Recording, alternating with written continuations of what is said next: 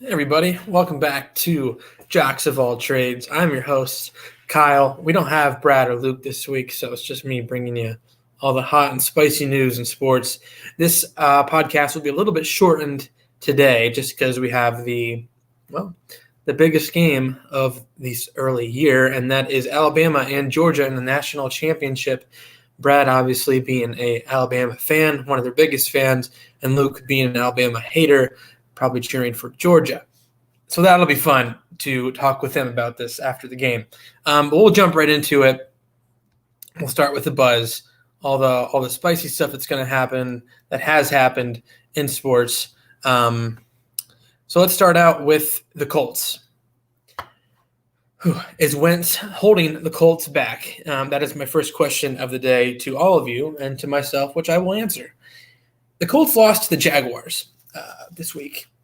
Literally all they had to do to get in the playoffs was to beat the lowly Jaguars. That's it. That's all they had to do. And they couldn't do it. The Jaguars without their head coach, the Jaguars without really any kind of talent besides maybe Trevor Lawrence and Josh Allen and Miles Jack. The Jaguars, who only have 3 wins on the year, who will hold the number 1 overall pick, and the Colts, you lose to them. You don't even lose to them. You get blown out by them. Is Wentz holding the Colts back? I would say, yeah. I would say a little bit. Listen, I'm an Eagles fan, and I was a Carson Wentz fan. Still kind of am. He's a great guy. I think he's an okay quarterback. But okay doesn't really get you in unless you're Derek Carr. I think Derek Carr is okay, and the Raiders snuck in barely in that game last night. Carson Wentz is holding this team back. Listen, you have one of the best running backs, if not the best running back in the NFL, and JT, Jonathan Taylor, who I think should be up for Offensive Player of the Year, maybe even MVP, before they lost the Jaguars. He does nothing that entire game. The Jaguars absolutely shut him down. It is up for Carson Wentz to make big plays, and he could not do that on a regular basis. He holds the ball too long. He tries to play hero ball still. He's not as mobile as he once was, and the accuracy just isn't there consistently. However, I still think he can be a good quarterback. But this year, this game specifically, he did hold him back. Frank Reich came out and talked about Carson Wentz. Well, he didn't come out and talk about him. Obviously, reporters kind of gauge where they're at with Carson Wentz. And is he the starter next year? And Frank Reich's like, listen, I don't know. I got to evaluate him. So it's not very good if you're Carson Wentz. It's kind of concerning. It's not much confidence in your starting quarterback. The quarterback that you traded a 3rd and a 1st-round pick for this year. Remember, the Eagles have the 1st-round pick from the Colts this year. Is Wentz holding the team back a little bit? I would say yes to a little bit. Listen, the Colts' offensive line has been a little bit injured this year. I would say their skill positions minus JT, not great.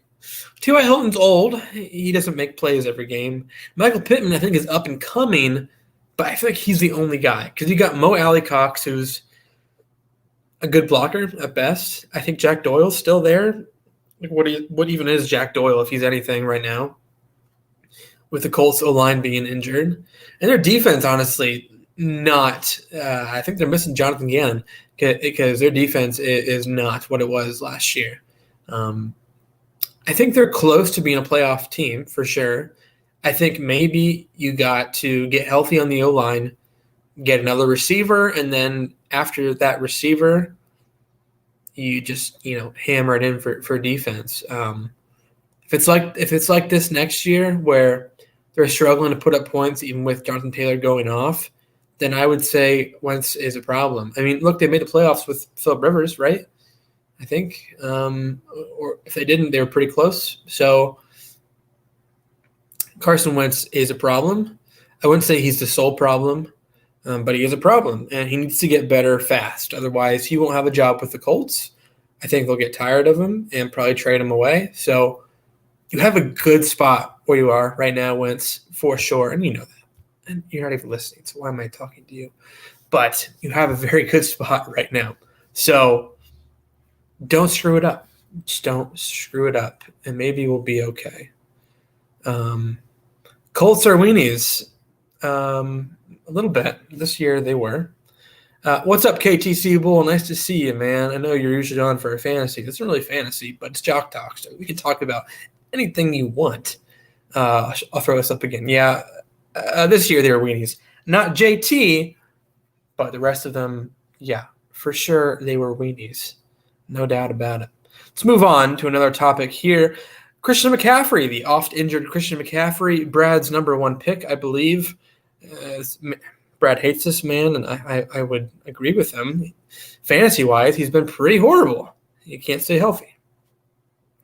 Panthers might look to trade him. He might want to be out. Panthers are kind of a wreck right now. On top of that, here's 5 teams I should trade for Christian McCaffrey. We got number 1, the Broncos. Number 2, the Raiders. Number 3, the Bills. Number 4, the Dolphins. Number 5, the Washington football team. Maybe the Admirals, if they eventually come up with a name. Let's talk about this one by one. McCaffrey is a good running back when he's healthy, but he's never healthy, like I said. Can he impact another team? For sure. The Broncos, I like the Broncos fit. I think McCaffrey, his brother, his dad, one of the McCaffreys played for the Broncos, I'm pretty sure. So that would work out well. But I do like what they have in Jameson Williams. I think Melvin Gordon there too. I'm not a big fan of Melvin Gordon. They can get rid of him. I'd be fine with that. I think he would fit well there for sure. But their problem isn't, not having Christian McCaffrey. The problem is not having a competent quarterback. Move on to number 2, the Raiders. I love this fit. I really do. Josh Jacobs has been injured a little bit more than he needs to. And I like Josh Jacobs a lot. He's still young. He's still on his rookie contract. He has a lot of ability. He's very good out of the backfield as well. If they could swing a Josh Jacobs and a pick for a Christian McCaffrey trade, I might do it. Their receivers need a little bit better on the receiving end for the Raiders to be a better team. I like Hunter Renfrow. He had very similar stats to Keenan Allen this year, surprisingly. Bryan Edwards is making some plays here and there. Waller is obviously good. We know that. I think McCaffrey would give them an added dimension that would definitely help them and give them a matchup nightmare, assuming he can stay healthy. Probably my favorite on this list is the Bills. I'm not going to talk about the Dolphins or the football team because they both suck. The Bills, I love what McCaffrey could do for the Bills. They are on the precipice of a Super Bowl. They have a very good defense. They have an elite quarterback who they're not paying an arm and a leg for. They're paying him a good amount of money, but McCaffrey would give this team a great threat out of the backfield that they do not currently have. Their offensive line, they need to improve that. We all know that. I think Bills fans know that. Stephon Diggs is a nearly, if elite, receiver. Very close. E-Man Sand's not bad in there. Obviously, they could use another receiver too while we're at it. But McCaffrey could give them that receiver role and also just a better running back. Because he can make more than what the play is designed for. He can do more with a less talented offensive line. We've seen that for years and years and years. And the Bills' O-line isn't great. Josh Allen combined with McCaffrey on read options, on speed options, on just really doing anything you can with Christian McCaffrey, getting him in space. I think they have enough talent at the quarterback position. I think they have enough talent at the offensive coordinator with Brian Dable if he sticks around, assuming he does. And they could really use him in a variety of ways. I would pick the Bills. Bills, after you lose in the playoffs, because you probably will. Sorry, Bills fans. I hope you don't. You probably will. Make that call. I wouldn't offer a lot because, again, oft injured, a little bit older. You're not going to get a first-round pick, probably, Panthers. You'll probably get like a second and a fourth.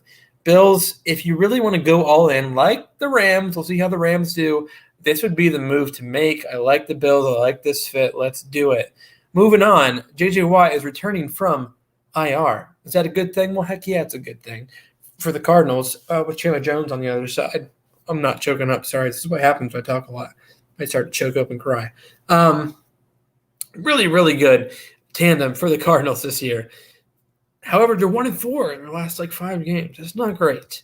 I'm hoping J.J. Watt, when he returns, can impact this team in the way that they need. I don't know if defense is necessarily the problem right now. I would say their offense is a little bit – it's kind of sputtering a little bit. So good for him to return, no doubt. Does this improve the Cardinals' chances? Well, we'd have to look at who they are playing, and we can look at that with our next segment on our playoff segment. Let's look at the playoffs, the NFL playoffs.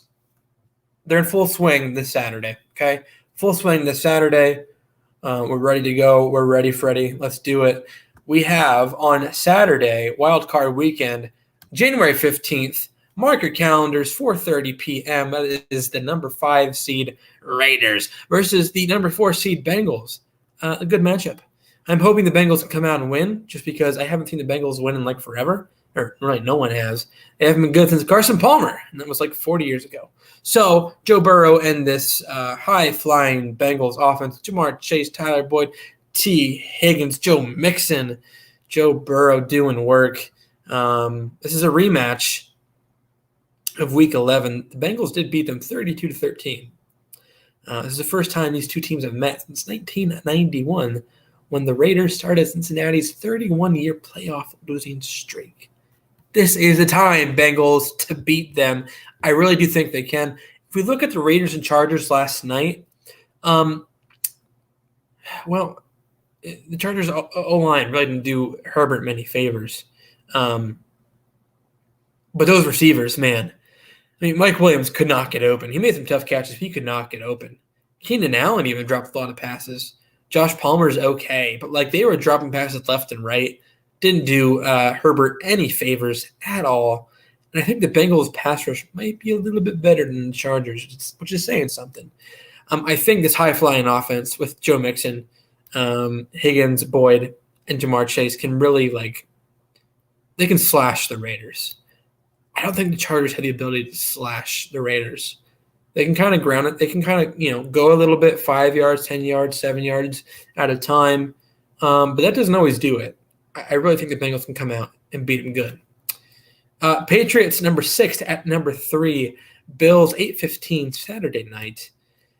Third game this year. They are division rivals, and they have split games this year. Very good game. Patriots, we know, tough defense. Bills, we know, tough defense. Josh Allen, rookie Mac Jones versus Josh Allen, who doesn't have a ton of playoff experience, but more than Mac Jones does. I think this will be a very, very good game. I think it's going to be close. I would pick the Bills. I think the Bills are more talented, but I wouldn't be surprised if the Patriots pulled it out. That's what Bill Belichick does. It's what he always does. He finds a way to win. He finds a way to make the strong team the weak team. Don't know how he does it. Does he cheat? Maybe. Wouldn't be surprised, but there we go. The Patriots and the Bills. I look forward to that game. That should be a lot of fun. Saturday night, 8:15 on CBS. Sunday, Eagles play the Buccaneers at 1 p.m. It's the 7 seed versus the 2 seed. The Eagles and the Bucs played each other 28-22 back in Week 6. The Buccaneers beat them. But the Eagles have been hot.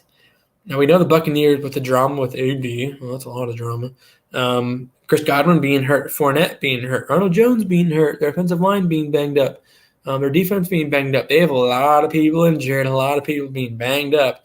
And the Eagles are getting healthy at the right time. And they haven't been healthy in forever. So that's good. But it's the Buccaneers, and it's Tom Brady. I mean, are we expecting Jalen Hurts to walk in to the Buccaneers and just beat them? First year in the playoffs, second-year guy, first playoff experience, who really relies more on his legs than he does his arm? It could work. They could get close. He can make plays. But I don't see enough elite talent on the other side of the ball for me to pick the Eagles. I think they're a well-coached team. I think they are developing. But it's not enough elite talent. Devonta Smith is very, very good. But it's his first year. Dallas Goedert, I wouldn't call him an elite tight end, but a very good tight end. Sanders is banged up. I would say their O-line is near elite for sure. But I still think to beat Tom Brady – you do need good coaching, you need good quarterback play, and you just need elite talent at those specific positions. I feel like Tom Brady is still going to pick apart the middle of the field because the Eagles, middle of the field with their linebackers, not very good. Their safeties, also not the greatest. Pick apart that. And then opposite side of the ball, Buccaneers are very good at stopping the run. That's what the Eagles like to do. So what does that mean? Well, you're going to need to pass the ball a little bit. And really, they only rely on Devonta Smith. They don't even rely on Dallas Goedert all the time. And you certainly can't rely on Jalen Reagor or Quez. Well, Quez a little bit more than Reagor, that's for sure. But I think this can be a close game. I think eventually it'll probably get like a 10-point game. The Buccaneers will come out on top. The 49ers at the Cowboys. Cowboys struggled against the run in their meeting with Arizona more recently. 49ers like to run the ball. So this is a matchup of one of the most storied rivalries in all of playoff history right here. They have met 7 times in the playoffs, which is crazy. This is their first postseason meeting since 1994, which is also the last time the 49ers won the Super Bowl. So the Cowboys have more talent. We've seen that game in, game out with them. A lot of talent at the receiver position, tight end, I would argue. Offensive line, not bad. Zeke and Tony Pollard. Micah Parsons on defense, my boy from Penn State, getting in at it. Trayvon Diggs, Pick City, getting like 11 picks this year. They have a lot of sexy studs on their team. They're not sexy in the terms of their looks, but just like making big plays left and right. They do. They are a big play machine. The way for the 49ers to win is keep that machine off the field. Establish line of scrimmage. Establish the run. Don't turn the ball over and make the Cowboys beat you. Listen, the Cowboys, while they are a good team, I know they're a good team, but listen, they've always choked. They are the chokers, so like make them choke. It could very well happen. Am I going to say they're going to choke? No, but like it could happen. Steelers at the Chiefs, the 7th seed versus the 2 seed. The Bengals getting the playoffs. Sorry, the Steelers getting the playoffs barely. Don't know how that happened. Almost a tie last night, and they almost didn't make it. That would have been hilarious. But they play the Chiefs. The Chiefs are very beatable this year. While they have a good record, the number 2 seed, whatever. Patrick Mahomes, yeah. Tyreek Hill, Travis Kelce, Andy Reid. Great. But they are beatable this year. However, KC did blow them out 36-10 just 2 weeks ago. The Steelers' defense can be had. I mean, they played the Tyler Huntley-led Ravens last week, so it's not that impressive. Mahomes is not Tyler Huntley. I think the Steelers definitely have a chance to win this game just because T.J. Watt and their defense has the ability to make big plays. And Najee Harris is a very good running back, but I just don't see it happening. I think it'll be a much closer game than 36-10, but I still see the Chiefs pulling away with a victory on this one. Last game is Monday night, Cardinals at Rams, a matchup the 3rd time they're playing this year. They split their season series. Tough game for the Cardinals. Again, like I said, they're sputtering a little bit. They're sputtering. They can't keep up. They got a lot of injuries going on. The Rams, we just saw Cooper Kupp had another really great game. Elite receiver, defensive studs, Von Miller, Donald, Jalen Ramsey, Matt Stafford going in the playoffs without the Lions this time, so he's happy. But again, he hasn't won a playoff game yet. There's 2 hurdles here. The Cardinals, with a young Kyler Murray, getting some playoff experience, some taste of the playoffs. And then Matt Stafford, who's never won a playoff game. So this will be a really interesting matchup to see because whoever wins this game, I think will have a lot of momentum going into their next game. I'm going to go with Rams on this one by like a field goal. I think it'll be a really close game. It's a division matchup. Anything can really happen, but I think it'll be a really close game with the Cardinals and the Rams on Monday night, and then the Packers and the Titans having a bye. They won't play. Let's move on to Calvin Ridley here. Kind of wants out. A lot of mental issues going on with Calvin Ridley right now. Prayers up to him. You don't like to see guys struggling with that, but that is what's happening with him. And I don't want to make a joke out of it because it's certainly not a joke, but I feel like it would have something to do with the Atlanta Falcons kind of weighing on him, and I wouldn't be surprised if it was. I really do think he needs a safe space. I think he needs a new space. So teams, I would love the Eagles to get him, but I really do see him being traded this offseason. He's a really good player. I don't want to see him be Julio'd. Like Julio Jones, an elite talent, probably will go down as a Hall of Famer, I would think. And even though they made the Super Bowl, he was kind of wasted on the Falcons for his duration of his career. I really don't want to see that to happen to Calvin Ridley. So, where could he go? I would say the Eagles is a destination for sure. I would very much like that. I would think the Raiders would be a destination, getting them another receiver. I would say the Packers would be another place to pair him with Devontae Adams. I think that would be a really good matchup. I think probably the best one would be the Ravens. They need a stud receiver desperately to help out Lamar. Lamar's been hurt for sure, we know that, but they need a better receiver out there. I think Ridley would do it. The package for him, I wouldn't go a first. I don't think he's worth a first. I don't think that's the going market for a guy like him. I would say probably like a second and a fourth or a second and a fifth, or maybe just a second would do it. I suspect if he is on the block, if they're taking calls, if they're opening the floodgates for the Calvin Ridley trade talks, I would suspect a lot of teams would be interested in him. Let's move on to the Panthers here. They fired Joe Brady, who was like elite at LSU. Remember when he led that Joe Burrow offense and Justin Jefferson and Jamar Chase and God knows who else, Thaddeus Moss and Clyde Edwards-Helaire and Lloyd Cushenberry III or whatever, gets hired to the Panthers and then just kind of craps out. I guess we're blaming Joe Brady. Are we blaming Joe? I don't know why we're blaming Joe Brady. Like, his best player, who was like the identity of the Panthers, cannot stay on the field. They've not addressed the offensive line. He's not the GM. Their tight ends are nothing to be desired. Their quarterback is a mess. You got Teddy Bridgewater and you got Sam Darnold, who both just aren't good. And you bring in Cam Newton, that's not his type of quarterback.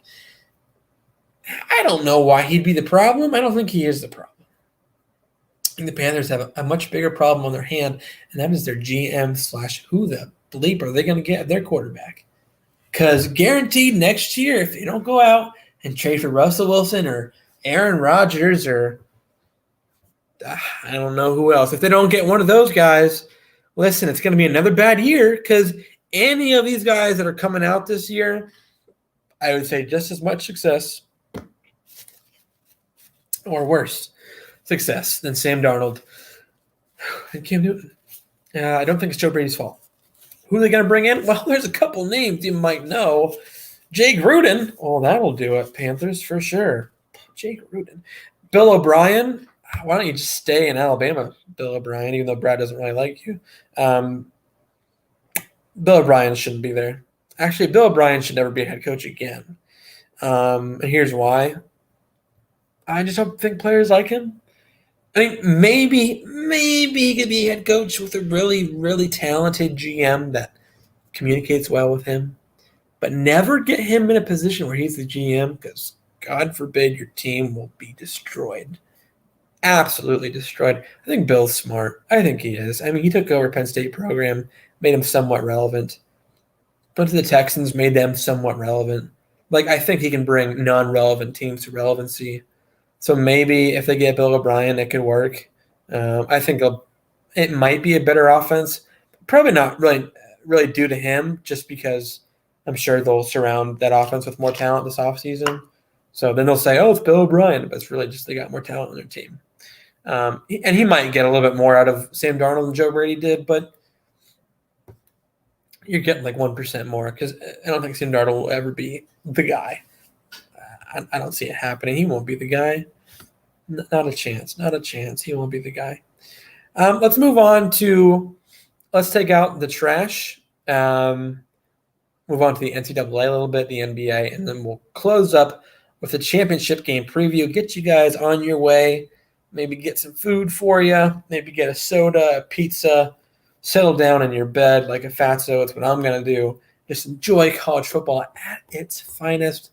Do that. Before that, we'll talk about – let's take out the trash. And the trash for today, it's Charlie Batch. Charlie Batch, as you might know, is a former Steeler quarterback. I feel like he was in the game a lot, like for 16 years or something. He was in the NFL. I don't know. But apparently Charlie Batch offered $1 million to Caleb Williams to play in the MAC. Is that what I'm seeing? I don't know much about the situation, but we can talk about it together. Game Above Capital, which I guess is Batch's an organization or something like that, who works for him, offered $1 million to play at Eastern Michigan. Listen, dude, you could offer him $10 million. He ain't going to Eastern Michigan. Okay, it's not happening. I mean, is that what we're getting to? We're going to offer players a ludicrous amount of money in college to play on a horrible team? I mean, listen, I guess that's what the NFL does in free agency a little bit. Like a stud receiver, who just wants to get paid, goes to a team like the Texans, gets paid like, 4 years, $80 million. He's like, yeah. But then 2 years, he's pooping his brains out because he's so pissed that his team sucks. Beyond that, Caleb Williams still needs a lot of development. He needs a good team. He needs a solid team to go to progress, to get notoriety. You get $1 million, that's great. You're rich. But you don't get notoriety. You don't get the coaching that you need. I would say for Caleb Williams, if we're going to follow the girlfriend strategy here, which is something Brad gave me, which is really hilarious, by the way, and it has to do with the transfer portal. It is the girlfriend transfer portal theory. Adrian Martinez left Nebraska. Then he went to Kansas State because his girlfriend goes there. Oh, interesting. Keaton Slovis, bye-bye USC, goes to Pittsburgh, where his girlfriend plays soccer. Caleb Williams. Well, first of all, Levi Williams transferred to Utah State, where you guessed it, his girlfriend studies there. Caleb Williams' girlfriend, where does she go? Well, she goes to North Carolina, the Tar Heels. Mac Daddy Brown, former head coach of the Texas Longhorns. Could it happen? Very well could happen. That would be cool. They have a good recruiting class coming in this year, and Mac Brown's a decent enough coach. They had Sam Howell there.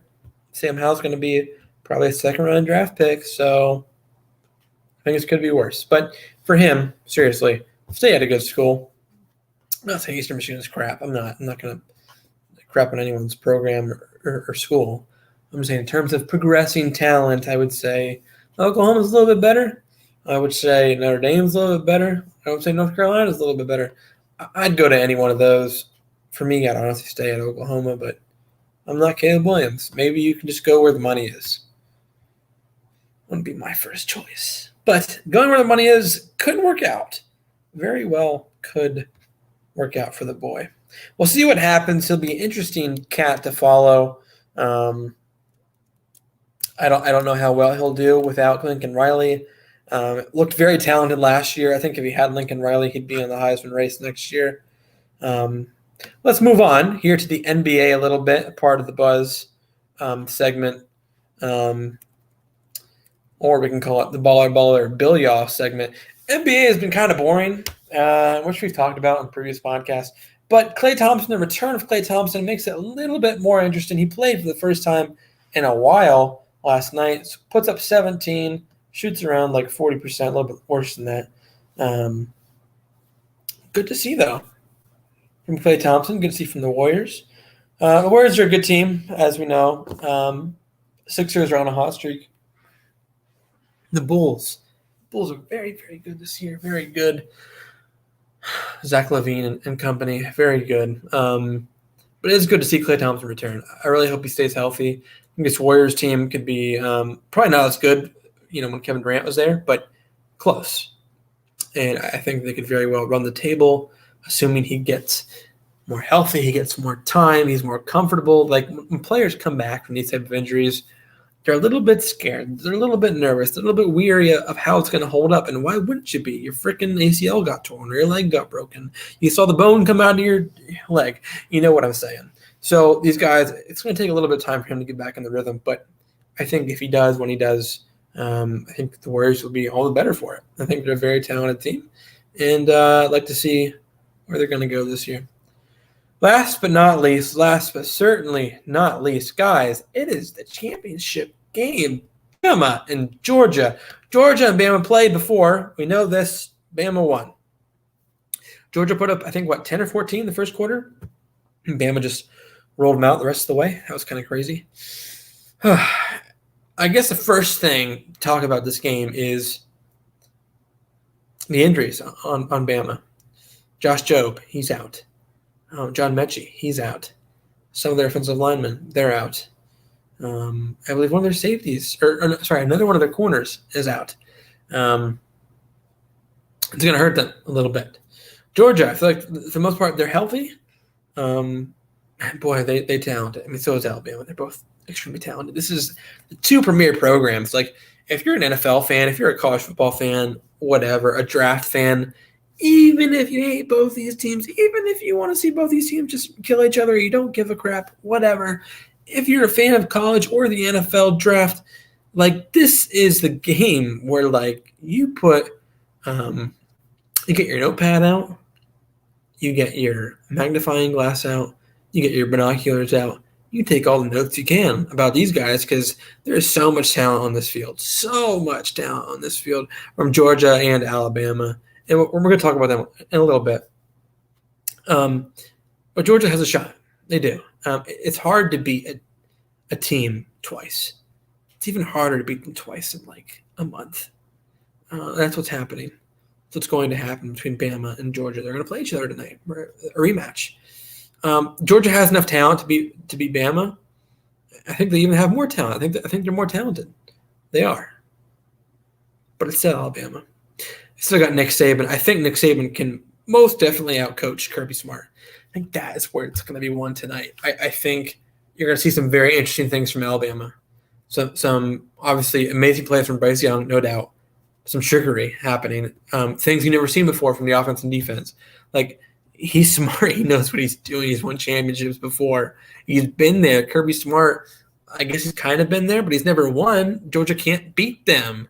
You could say, well, it's first time for everything, but I'm not going to just trust that. I got to go with Alabama. I mean, while I don't think they have enough talent or as much talent, I think they're still a better overall football team. What do you need to win? You need a really good coach. You need a really good quarterback. They have both. You got a Heisman. Listen, Stetson Bennett's not bad, but he's not a Heisman. He's not Bryce Young. Kirby Smart's good, but he's not Nick Saban. Georgia's defense is probably better, but you can make plays on good defenses. We've seen it time and time again. You can get lucky. You can get those trick plays that I'm talking about with Nick Saban and just hang one over the defense, and they're just like, oh, frick. Like, how did that happen? You can be the best defense in the world and still get confused. You can have the most talent in the world and still get outplanned, outgamed, whatever, outgame planned, and lose. I think that's what's going to happen. I think it's going to be a very, very close game. A very good game. Talent on both sides of the ball, both teams. But I think Georgia will lose. I think Alabama's going to come out on top just because of the play calling and the escapability and playmaking ability of Bryce Young.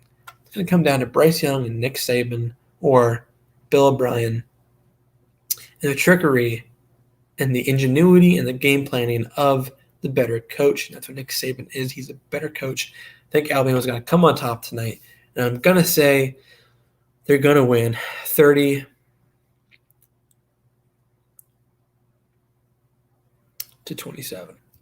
Let's move on, though, from the preview and just go to the preview of the players in this game. I'll give you the top 10 guys to watch out for. This really kind of segments into our other show on Wednesday, and that is Sideline GMs, guys, Sideline GMs.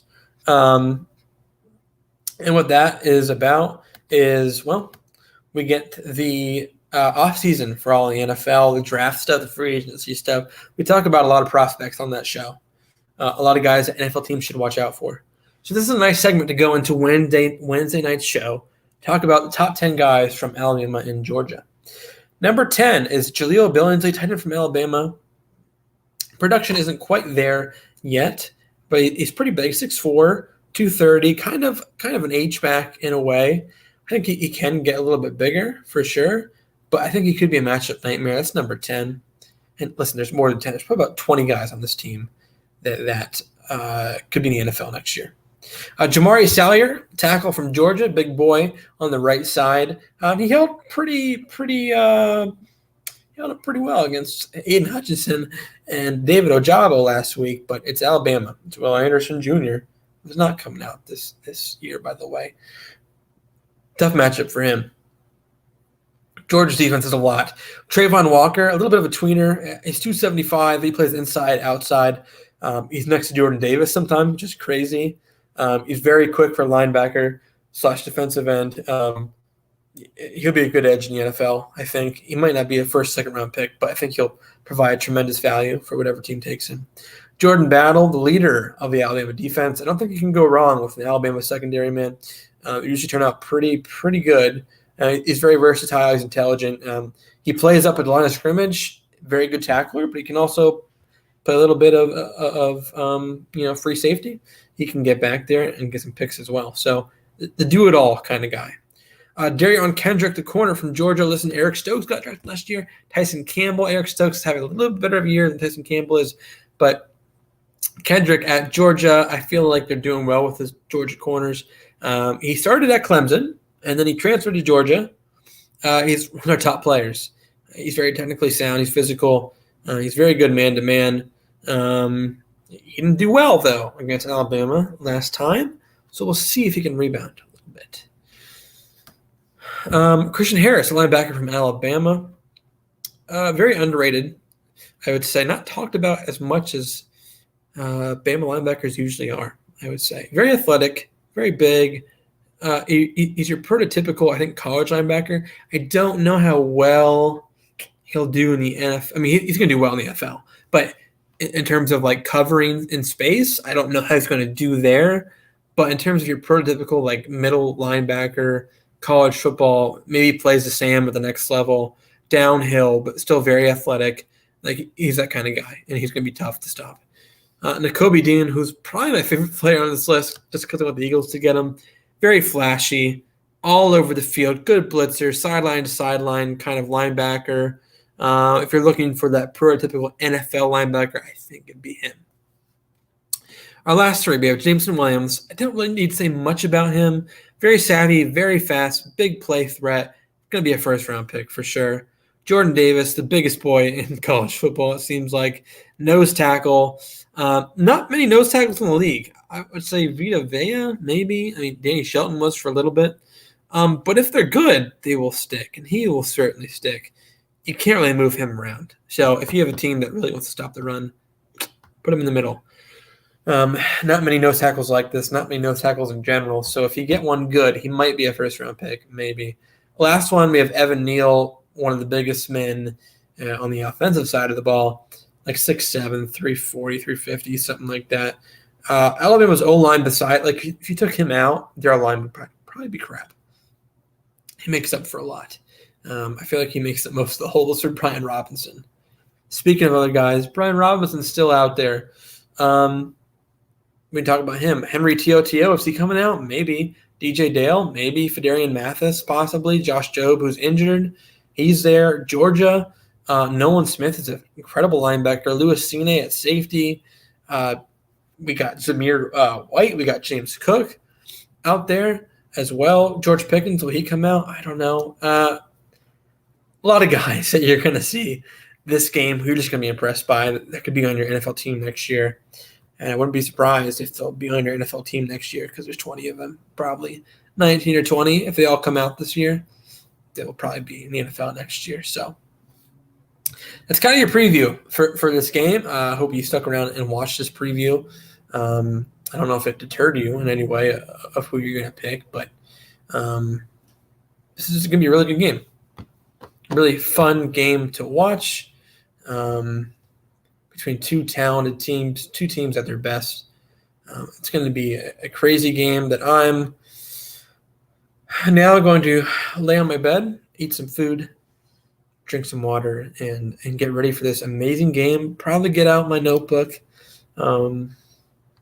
and take notes of these guys that I want to be on my team next year for the Eagles. So I hope you guys enjoyed. Hope you stuck around. Get ready for our Sideline GMs Wednesday. I'm really excited about it. Kind of new show here. Draft season is really soon upon us, and that's my favorite season. So hope you come back Wednesday night and watch us and stick around. And have a good night, guys. We appreciate you, and we'll talk to you later. Bye.